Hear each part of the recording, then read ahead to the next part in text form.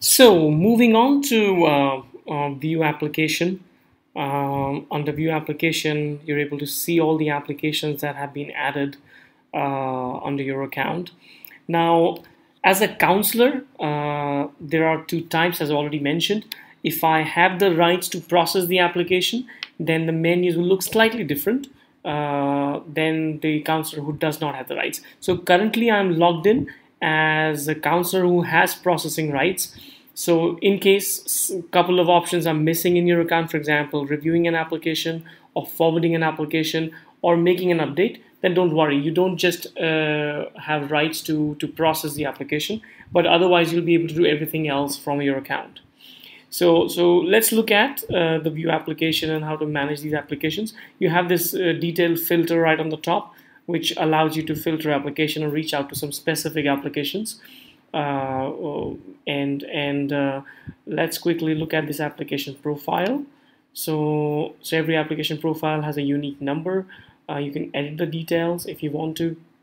You can review an application. Now the review application stands for that this application has not been really started yet. So it is there, was added, and there is no option of forwarding it to the institution. So the first thing you need to do when there's an application is new, you need to review it. So I pressed on view review. So I'll be able to see the details in this application, scores in the entrance exams, work experience, the references, additional information, and there are no additional documents, but I can download the documents which have been uploaded by this user. Once I review everything, I can verify it. So application is verified successfully. If I look at the bottom now, the verify button will change into forward. Also, I'll get an option on my student profile. So what forward means, I can forward this application to somebody at the institution to review or internally within the organization. Now, once I forward the application, it automatically would carry the student basic profile, the student name, the course they've applied for, institution name, and I can add the personalized message up here. Now, once an application is forwarded, all the documents you have uploaded with the application will automatically get attached, and also the system will generate an automatic student profile. I'll show you how it looks like. So under this application here, I'll just refresh the screen and see I have the forward button available now. I can forward from here as well, and let me just do that for you, and let me show you the profile I was talking about. So every application will have a automatically generated student profile, which comes with a letter-headed paper of your agency logo, and this has a summary of the application, the student details, address, education qualification, entrance exams, or English language exams, or any other language exams, work experience details, academic references, statement of purpose, additional information. Now, this could be actually a replacement to an institutional application form. Some institution may just say, okay, I'm happy to receive all the information in such format, and some may say no. The traditional schools would not accept that as an application form, but this is like the profile created by your organization, which looks very professional. And you only have to do this job once, because once these details are entered, the next time student makes an application in any of your branch offices with any of the counselors, you just use the student reference number, and it will automatically import all the student information into the new application form, which can be then sent for another institution for another program. So let's look at some other menu options on the student application profile. You can view the history of any application by clicking on view history.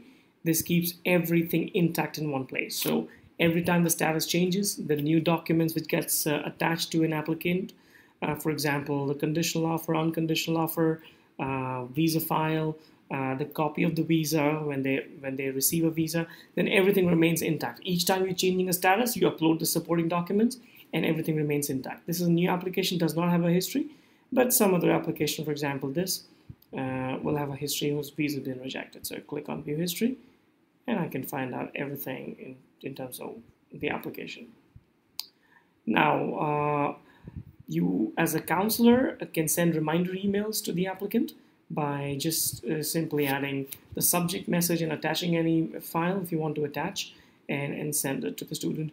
You can track all these emails from track reminder mails, and that helps you in terms of understanding the entire history of an application. You can also download the documents which have been added with the application, and also update this application now, which means you can forward, or if you have already forwarded it and you have received a confirmation from the institution for an offer letter, then you can update it. Now, what can be done next from new will be available under the admin notes, which have been added by your super administrator in your company. So you can't get confused. So if a student is enrolled and you want to learn what can be done next, for example, you want a review or a feedback from a student, or want to apply for commissions, then the steps for that would be clearly visible. Similarly, for visa rejection, what next should include how to apply for refund, or apply for or appeal against the decision on the visa rejection. So as a processing office, or as a counselor with processing office rights, you must use this as your guideline and follow that. And again, your super admin is responsible to keep it up to date, so you have the latest information available in order to handle an application. You have the download CSV rights again, which is to download Excel sheets.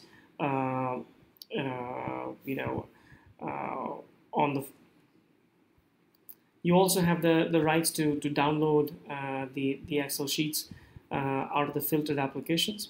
And again, this can be missing under certain accounts if your branch office head has not allowed you to download Excel sheets. Now, for example, you have added an application by mistake for a specific institution. You have the right to change it. It's still a new application. I can just change that. Sometimes you make an error of selecting an incorrect institution. And reason for change, for example, this was error while adding, and submit it, and the institution will be changed automatically for this applicant. So the system allows you a little bit of flexibility